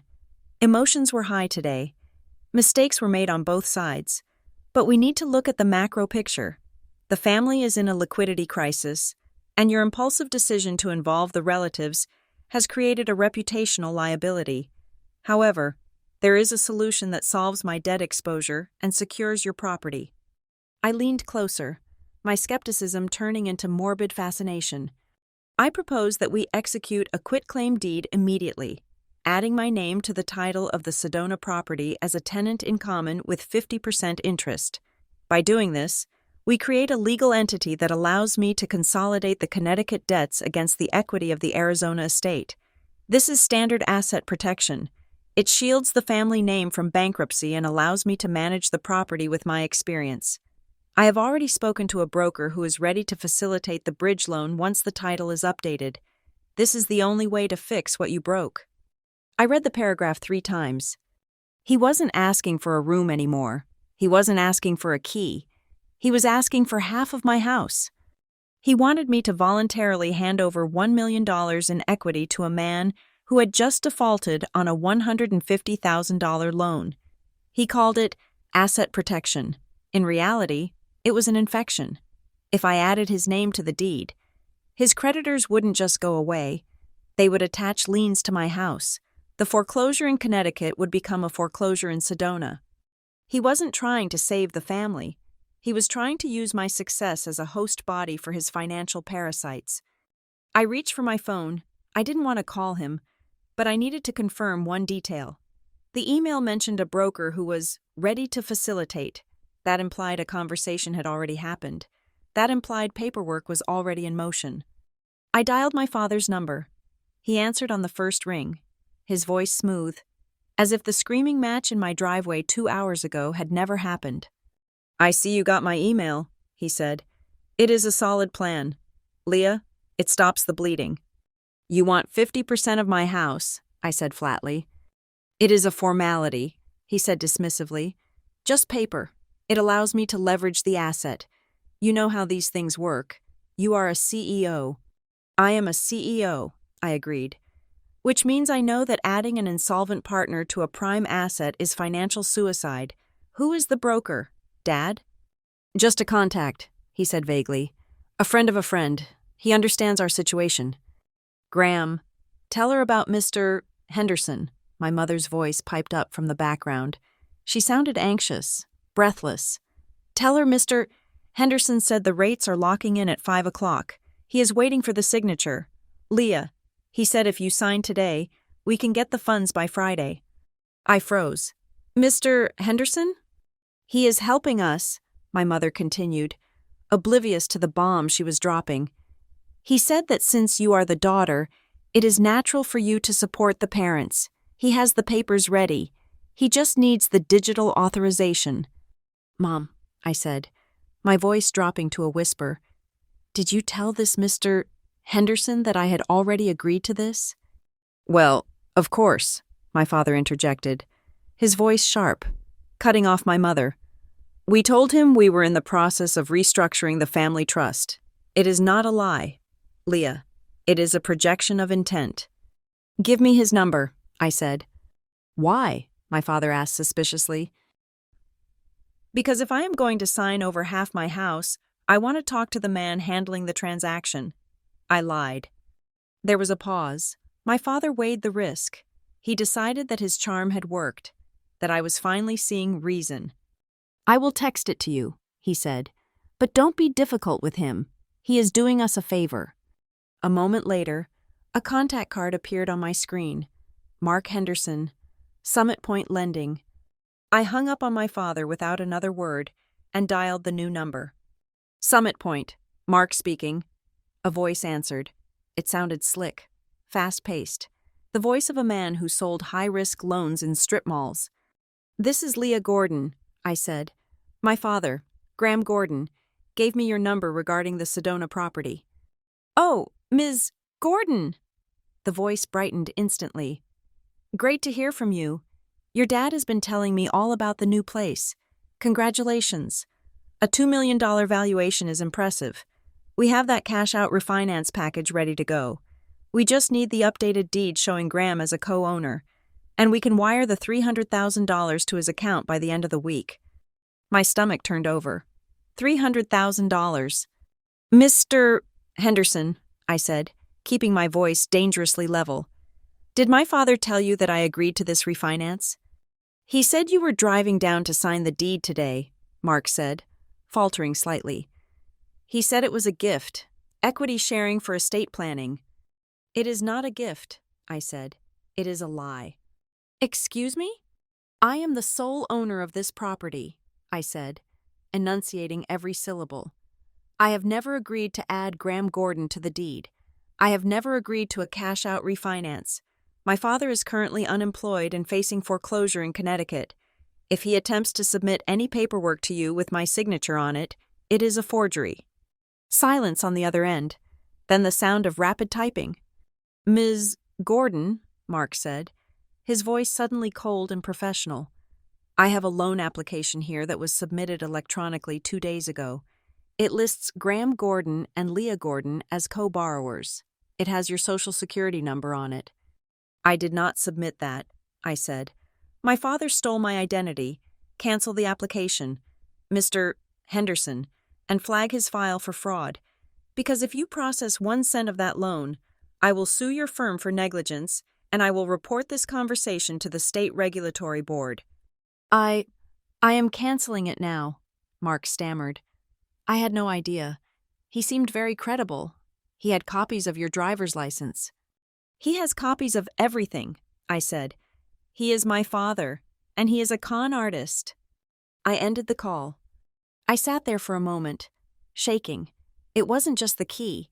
It wasn't just the guest room. It was a full-scale liquidation of my life.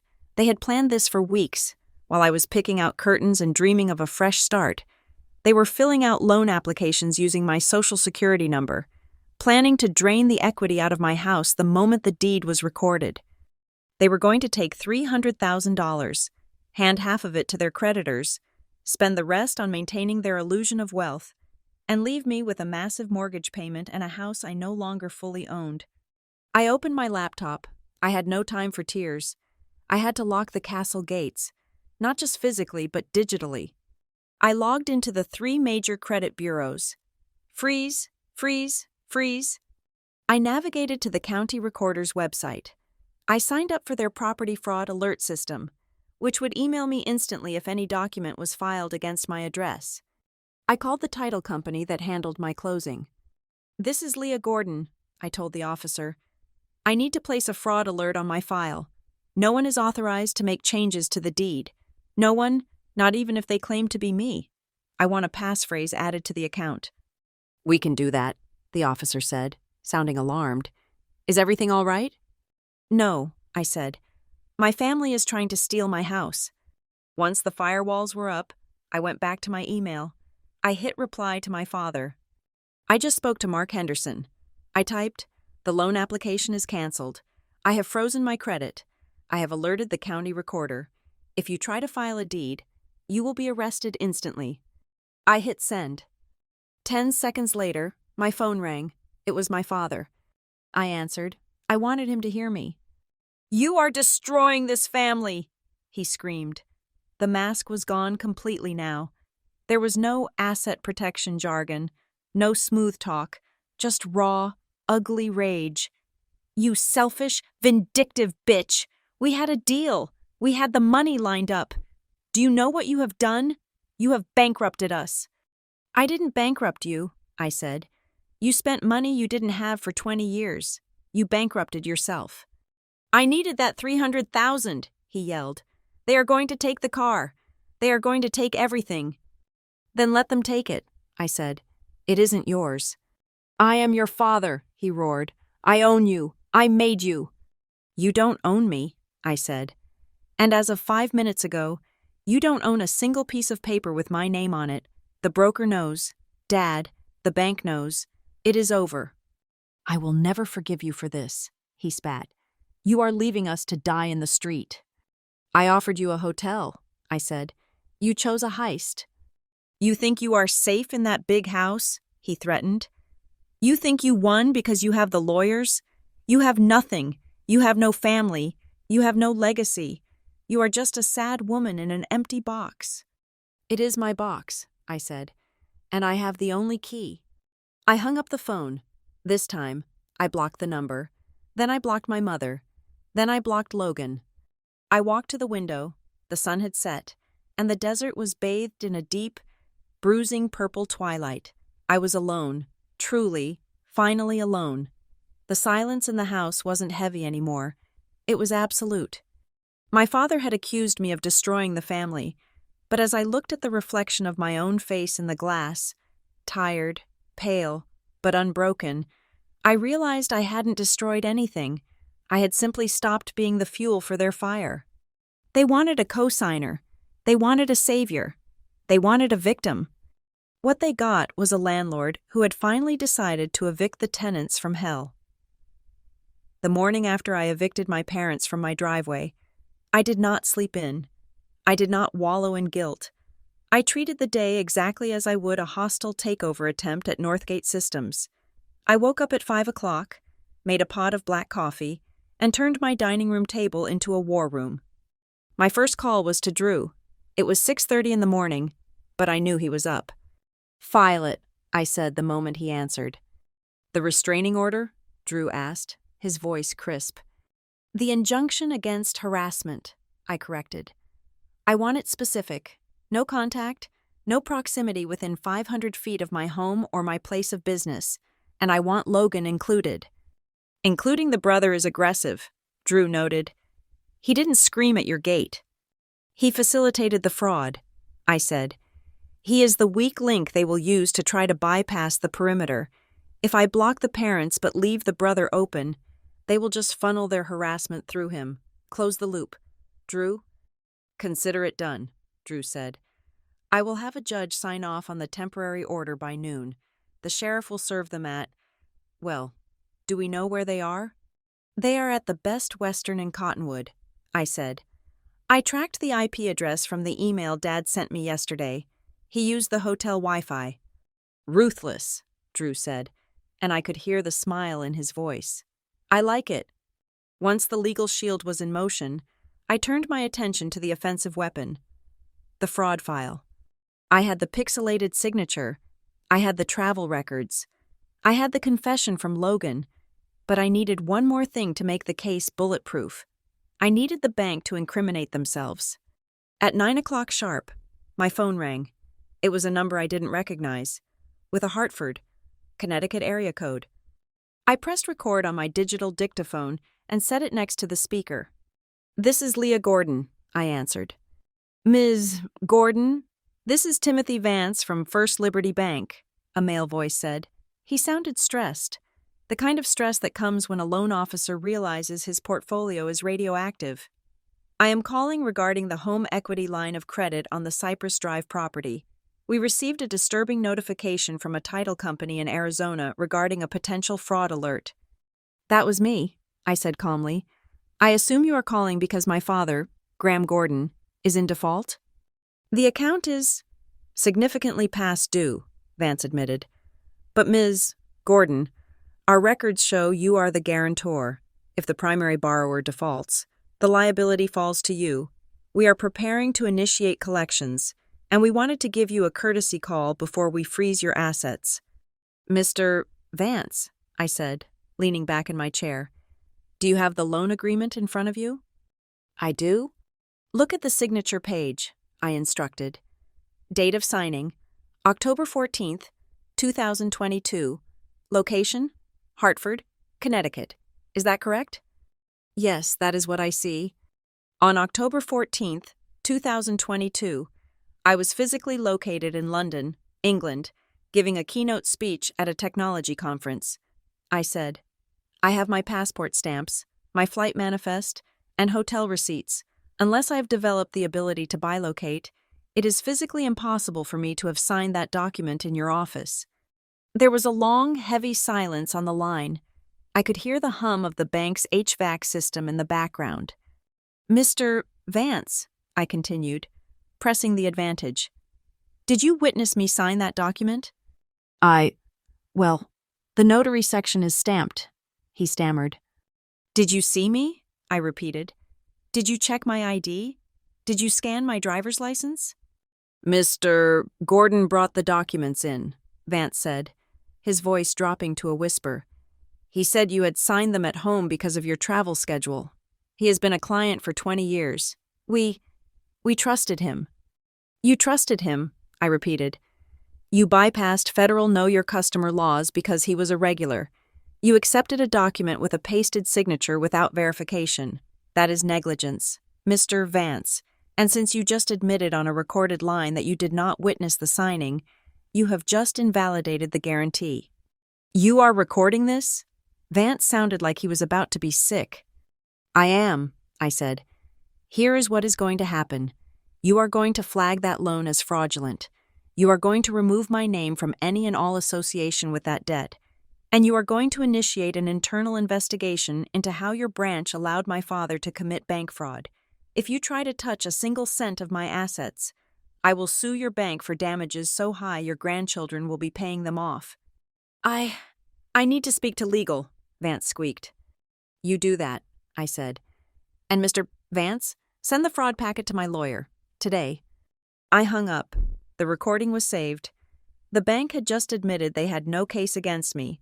They would now have to go after my father with the full force of the law to cover their own incompetence. By early afternoon, The fallout from my mass email to the family began to rain down. My phone, which I had set to Do Not Disturb for everyone except Drew, showed a stream of missed notifications. I scrolled through them with clinical detachment. Aunt Sarah. Leah, I just read your email. I am shaking. Is this true? Please tell me this is a misunderstanding. Cousin Jessica. Wow. Airing dirty laundry much? You have enough money to buy a small island, and you are going to let Uncle Graham go to jail over a signature? You are cold. Leah. Uncle Bob. We need to have a family meeting. This is getting out of hand. You can't just throw your parents to the wolves. The family was fracturing, just as I expected. Half of them were horrified by the evidence. The other half were entrenched in the toxic loyalty that had enabled my father for decades. To them, money was the only metric. Since I had money, I was the villain for not sharing it, regardless of the crime committed against me. I didn't reply to a single message. I didn't defend myself. I didn't offer explanations. In a war of narratives, the person who talks the most often loses. I let the PDF of the forged signature do the talking. The silence from my end was a vacuum, and it was driving them crazy. Then, at 4 o'clock, a call came through from a restricted number. I hesitated. It could be the sheriff. It could be the bank again. I answered. Leah? It was Logan. He was whispering. I blocked your number. Logan, I said, you are violating my boundaries. I am using a burner app, he said, his voice trembling. Leah, you have to stop. Mom is having a panic attack. Dad is scary right now. He is talking about leaving the country. He is talking crazy. He should be scared, I said. He committed a felony. They called the bank, Logan said, rushing his words. The bank called Dad 10 minutes ago. They froze his accounts. They said they are opening a fraud investigation. Leah, they are going to prosecute him. They are going to prosecute me. I told you this would happen, I said. You can stop it, Logan pleaded. Please, Leah, just sign a retroactive affidavit. Tell them you gave verbal consent. Tell them you forgot. If you do that, the fraud charges go away. It just becomes a civil debt. You can pay it off, and we can all just go back to normal. Normal? I laughed, a harsh, dry sound. Normal is you stealing from me. Normal is Dad using me as an ATM. That version of normal is dead. Logan. I will pay you back, Logan cried. I will get a job, a real job. I will work at Starbucks. I will pay you every cent of that $150,000. Just don't let me go to prison. I can't go to prison. Leah, I am soft. You know I am soft. It was the most honest thing he had ever said. He was soft. He was a creature of comfort, molded by my parents' indulgence and my money. I am not going to lie to the FBI for you. Logan, I said, I am not going to perjure myself to save you from the consequences of your own greed. You forged the document. You spent the money on Italian leather sofas and trips to Tulum. Now the bill is due. But we are family, he screamed.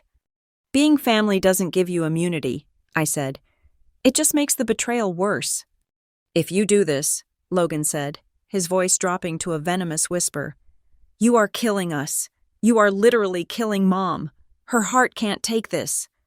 If Mom's heart fails, I said, it is because her husband and son used her medical condition as a cover story to embezzle money. Do not put that on me. I hung up. I sat there, my hand shaking slightly. It was hard. It was incredibly hard to hear the desperation in his voice and not revert to the protective big sister role. Every instinct in my body screamed at me to fix it, to write the check, to make the pain stop. But then I looked at the file on my desk. I looked at the revocable license they had signed yesterday, thinking they could outsmart me. I looked at the fraud alert from the title company. If I saved them now, they would just do it again. They would drain me until I was a husk, and then they would step over my body to find the next host. I sent a text to Drew. Logan just contacted me via a burner number. He admitted they are planning to flee. He admitted they know about the bank investigation. Drew replied instantly, that goes to the sheriff. It establishes flight risk. The judge will sign the order within the hour. Stay inside. Leah, when animals are cornered, they bite. I walked to the front window. The sun was setting again, painting the sky in violent shades of orange and red. The driveway was empty. The gate was locked. I was ready. I had the evidence. I had the law. I had the moral high ground. But I knew my father. He wouldn't go down with a whimper. He wouldn't just drive away and accept defeat. He needed a final scene. He needed to try one last desperate gambit to regain control. I checked the security feed. The cameras were recording in 4K resolution. The audio sensors were active. "Come on, Dad," I whispered to the empty room. "Make your move." I didn't have to wait long. At 5:45, the notification chimed on the wall panel. Alert. Perimeter breach. Rear entrance. He hadn't come to the front gate. He had hiked through the canyon. He had climbed the fence. He was on the property. I picked up my phone and dialed 911. My voice didn't shake. "My name is Leah Gordon. I have an intruder on my property at 104 Red Rock Lane. The intruder is a known threat with a pending restraining order. I am alone in the house." I hung up and watched the screen. A figure was moving through the shadows of the patio, holding something heavy in his hand. It wasn't a weapon. It was a tire iron. He wasn't coming to talk. He was coming to break in. I retreated to the safe room, the server room, and locked the reinforced steel door. I watched the monitors. The final act had begun. I watched the monitor in the cool, humming silence of the server room. On the screen, the high-definition night vision camera captured the image of my father standing on my back patio. He raised the tire iron and brought it down hard against the lock mechanism of the sliding glass door. The impact shuddered through the frame of the house, a dull thud that felt like a heartbeat skipping. He struck it again and again. He wasn't screaming anymore. He was working with a grim, silent determination. He believed that if he could just get inside, if he could just physically occupy the space, possession would become 9/10 of the law. He was operating on the logic of a desperate man who thought force could override a felony. "Come on," I whispered, looking at the timestamp. "Where are they?" As if on cue, the darkness of the canyon was shattered by a strobe of red and blue lights. They didn't come up the driveway. They came silent, cutting the sirens until the last moment. 2 Sheriff's Department SUVs skidded to a halt on the gravel at the front of the house. I saw my father freeze on the patio monitor. He lowered the tire iron. He looked toward the front of the house, confusion and panic warring on his face. He hadn't expected me to actually call. He thought I was bluffing. He always thought I was bluffing. I unlocked the safe room door and walked out into the living room just as the pounding started on the front door. "Sheriff's Department," a voice boomed. I opened the front door.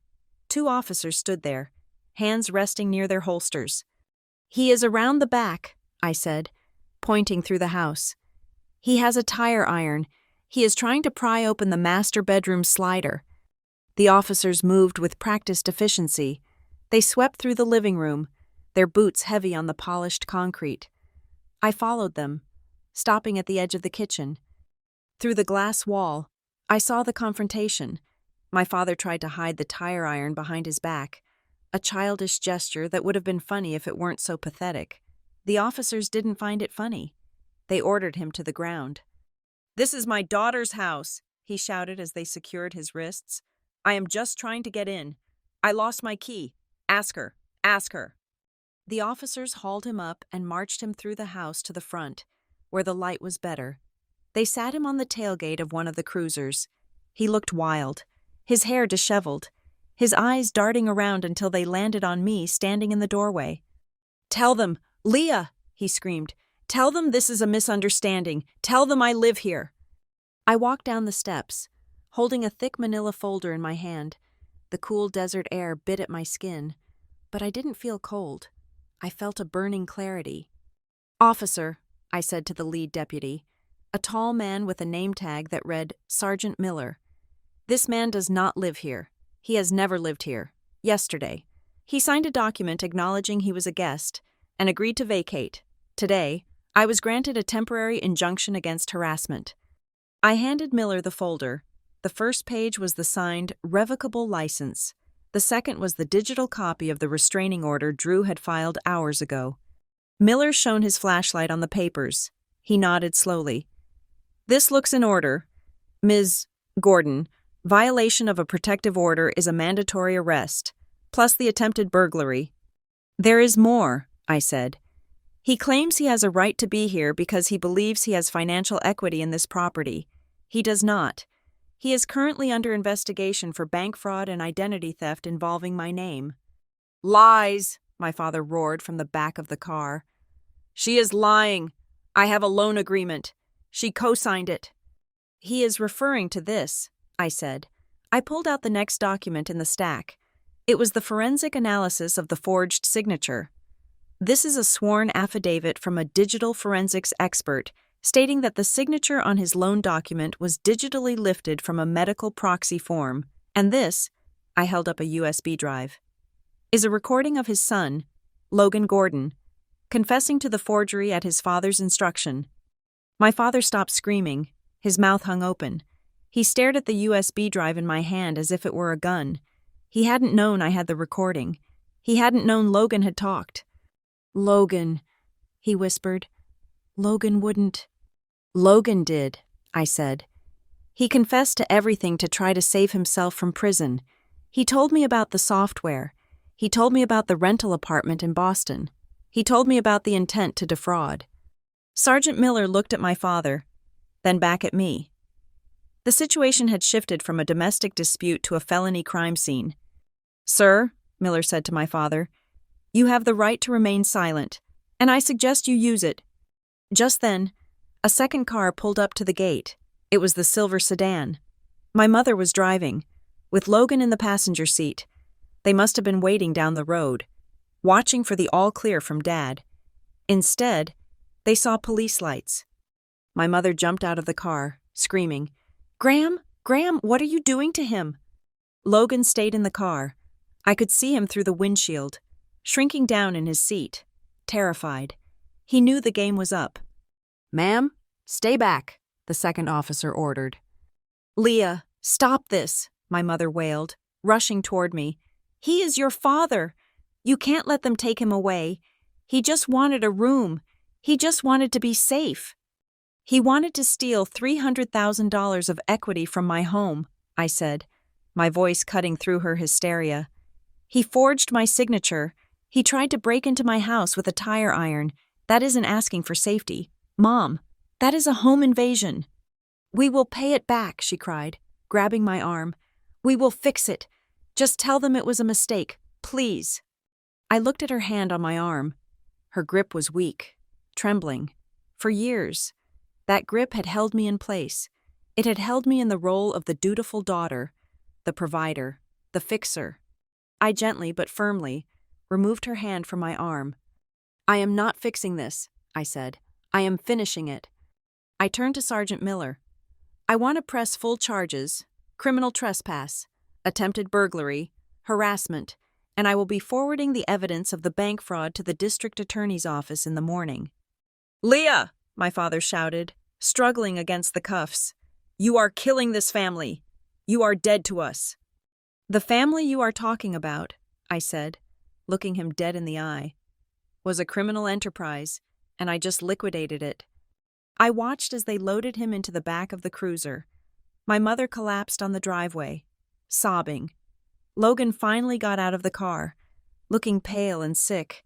He didn't look at me. He walked over to Mom and tried to pull her up, but his eyes were on the police, terrified that he was next. "We will need statements from everyone," Miller said, "including the son." "He is all yours," I said. "He has a lot to say." The next hour was a blur of statements and flashing lights. I sat at my dining room table, the same table where I had evicted them the day before, and laid out the entire timeline for the officers. I gave them the bank records. I gave them the text messages. I gave them the metadata. By the time the police left, taking my father to the county jail and leaving my mother and Logan with a citation to appear for questioning, the sky was beginning to lighten. It was dawn. I stood at the front door and watched the silver sedan drive away, following the police cruiser. My mother was driving. She looked broken. The car, still packed with their hoard, looked like a hearse carrying the corpse of their expectations. I walked to the keypad on the wall. I punched in a new code. System armed, perimeter secure. The heavy iron gates at the bottom of the driveway swung shut with a final, resonant clang. I went back into my office and sat down. My computer screen was still active. I had one last email to write. It was to the bank. Attached is the police report number regarding the arrest of Graham Gordon for attempted burglary and fraud. I typed, also attached is the confession of the co-conspirator, Logan Gordon. This concludes my involvement in this matter. Please direct all future correspondence to my attorney. I hit send. It was over. The debt was not mine. The house was solely mine. The guilt, which I had expected to crush me, was strangely absent. In its place was a vast, quiet space. I walked out onto the terrace. The sun was cresting over the red rocks, painting the canyon in brilliant gold. I held a cup of coffee in my hand. It was hot, bitter, and perfect. I had bought a $2 million mansion to prove to them that I was worthy of their love. I ended up using it as a fortress to protect myself from their greed. I realized then that I didn't need their validation. I didn't need their proud of you texts. I didn't need the key to their approval. I had my own key. I took a sip of coffee and watched a hawk circle high above the canyon floor. It was hunting, solitary and free. Bo kan matchihua, I whispered to the wind, repeating my father's demand. Dad needs a key. I looked down at the key fob in my hand. No, I said. He doesn't. I turned around and walked back into my house, my heels clicking on the floor. I closed the glass door behind me and locked it.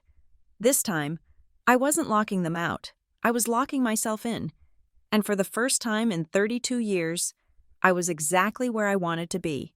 Home. Thank you so much for listening to this story. I would love to know where you are tuning in from. So please leave a comment below sharing your location and your thoughts on Leah's decision. If you enjoyed this story, please subscribe to the Lila Revenge Stories channel, like this video, and hit the hype button to help this story reach more people.